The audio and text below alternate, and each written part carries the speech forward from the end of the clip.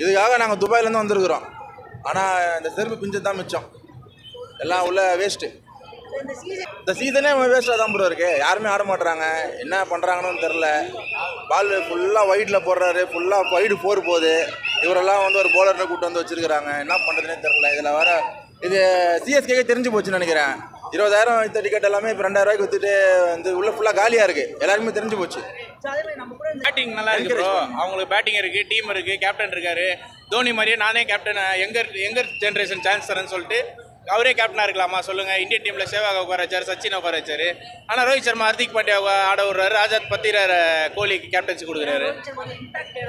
Impact பிளேயராக வர்றாரு. இவர் என்ன பண்ணுறாரு, இவர் தான் எல்லாரும் வந்து இவரை வச்சு எல்லாருக்குமே 7 ஜெர்சி விற்கிற வரைக்கும் டீம் தோனியும் ஒரு இம்பாக்ட் பிளேயர் தான். ஆனால் ஆப்போசிட் டீமுக்கு இப்போ அந்த டீம் ஜெயிச்சதுக்கு தோனி ஒரு காரணம். நல்ல டீம் செலெக்ஷன், எல்லா ஆடுறவங்களையும் உட்கார வச்சுட்டு ஆடாத சரியான 10 பாலுக்கு 6 ரன் வச்சுக்கிறாரு ப்ரோ.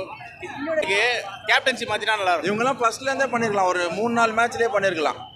அவர் ப்ரூவிஸ்லாம் எனக்கு நல்லா அடிச்சாரு. அவர் தான் நல்லா ஃபீல்டிங் பண்ணாரு. இருக்கனால இந்த மாதிரி சிஎஸ்கே தோத்து போறதுக்கு சான்ஸ் அதிகமா இருக்கு. ஆர்சிபி ப்ரோ, ஆர்சிபி, ஜிடி, அப்புறம் யார் இருக்கா, டெல்லி. 3 இது 3 இன்னும் ஒன்று அடிச்சுப்பாங்க, மும்பை அடிச்சுப்பாங்க.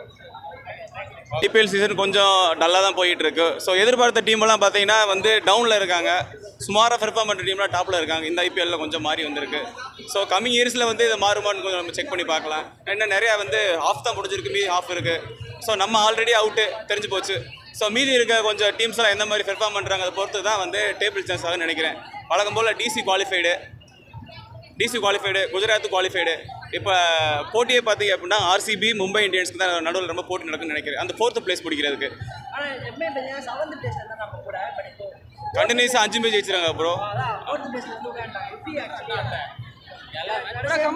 எல்லாம் கம்பேக் தான் ப்ரோ ஓடிட்டு இருக்கு. சொல்லிட்டு போயிடுறேன். பயங்கரமாக ஆடினாங்க எஸ்ஆர்ஹெச். தலை என்ட்ரி ரொம்ப நல்லா இருந்தது. நான் தலைன்னு சொல்றது நம்ம ஏகேவை சொன்னேன், சூப்பராக இருந்தது. Thank you bro. ப்ரோ சென்னை ஜெயிக்கும் ப்ரோ கண்டிப்பாக. ப்ரோ மொக்க தான் ப்ரோ. ஆர்சிபி ஆடுறாங்க, ஆர்சிபி அடிக்கணும். எம்ஐ தான் ப்ரோ அடிக்கணும்.